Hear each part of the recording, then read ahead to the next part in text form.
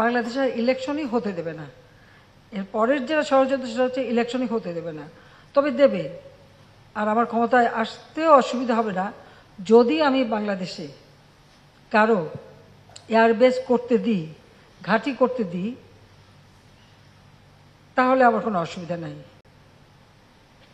কোনো এক সাদা চামড়ারই প্রস্তাব, আমি একই জবাব দিয়েছি, যে আমি জবাব দিয়েছি স্পষ্ট যে আমি বঙ্গবন্ধু শেখ মুজিবের মেয়ে। আমরা যুদ্ধ করে বিজয় অর্জন করে দেশ স্বাধীন করেছি। দেশের অংশ ভাড়া দিয়ে বা কারো হাতে তুলে দিয়ে আমি ক্ষমতায় যেতে চাই না, আমার ক্ষমতার দরকার নেই। যদি জনগণ চায় ক্ষমতা আসবো, নইলে আসবো না। এই কথাগুলি বললাম যে কথাগুলি সকলে জানা উচিত, যে আমার ফাইট, আমার যেটা যুদ্ধ সেটা ঘরে বাইরে সব জায়গায়। তো ওই অবস্থায় কিন্তু আমি চ্যালেঞ্জ দিয়ে ছেড়ে দিলাম। তো চক্রান্ত এখনও আছে। ইস্ট তিমোরের মতো বাংলাদেশেরও একটা অংশ নিয়ে, তারপরে চিটাগাং, মিয়ানমার, এখানে একটা খ্রিস্টান স্টেট বানাবে, বে অফ বেঙ্গলে একটা ঘাঁটি করবে।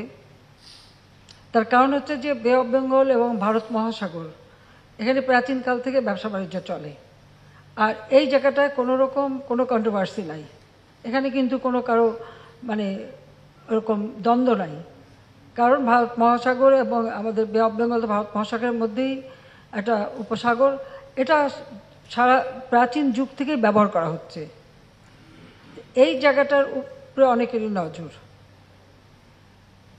তো সেটা আমি হতে দিচ্ছি না। এটাও আমার একটা অপরাধ।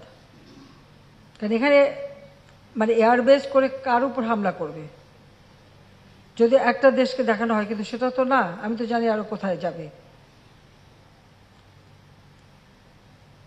যে কারণে আমাদের কিছু সমস্যা সবসময় পড়তে হচ্ছে, হবে আমি জানি, কিন্তু আমি এটা পাত্তা দিই না। সোজা কথা, দেশের মানুষ হচ্ছে আমার শক্তি। মানুষ যদি ঠিক থাকে আমরা আছি। আর দেশটা যে উন্নতি হচ্ছে এটাও অনেকের পছন্দ না। আমরা যে খাদ্য উৎপাদন করি, খুব বড় এক দেশ বলে ফেললো যে এত খাদ্য উৎপাদনের দরকার কি, আমাদের তো যথেষ্ট আছে, আমরা তো দিতে পারি। তো আমি হ্যাঁ, ওই আশায় তো আমি বসে থাকবো। আমাদের অনেকেই বলছে যে কী দরকার, আমরা নিজেদের মাটি, জাতির পিতা বঙ্গবন্ধু শেখ মুজিব বলছেন নিজের মাটি মানুষ দিয়ে আমরা দেশ গড়বো, আমরা সেটাই করবো। আর নিজেদের মানুষের খাবার আমি এখানেই যতটুকু উৎপাদন করে মানুষের খাদ্য নিরাপত্তা দেবো, আমরা দিয়েছি সেটা। কিন্তু এই ধরনেরও কথা আছে। তো এখানেই আমাদের একটা জিনিস চিন্তা করতে হবে যে আমরা যারা স্বাধীনতার সপক্ষ শক্তি, আমাদেরকে আরও সুসংগঠিত হয়ে আমাদের মানুষের কাছে যে মানুষকে এই চেতনায় ফিরিয়ে আনতে হবে।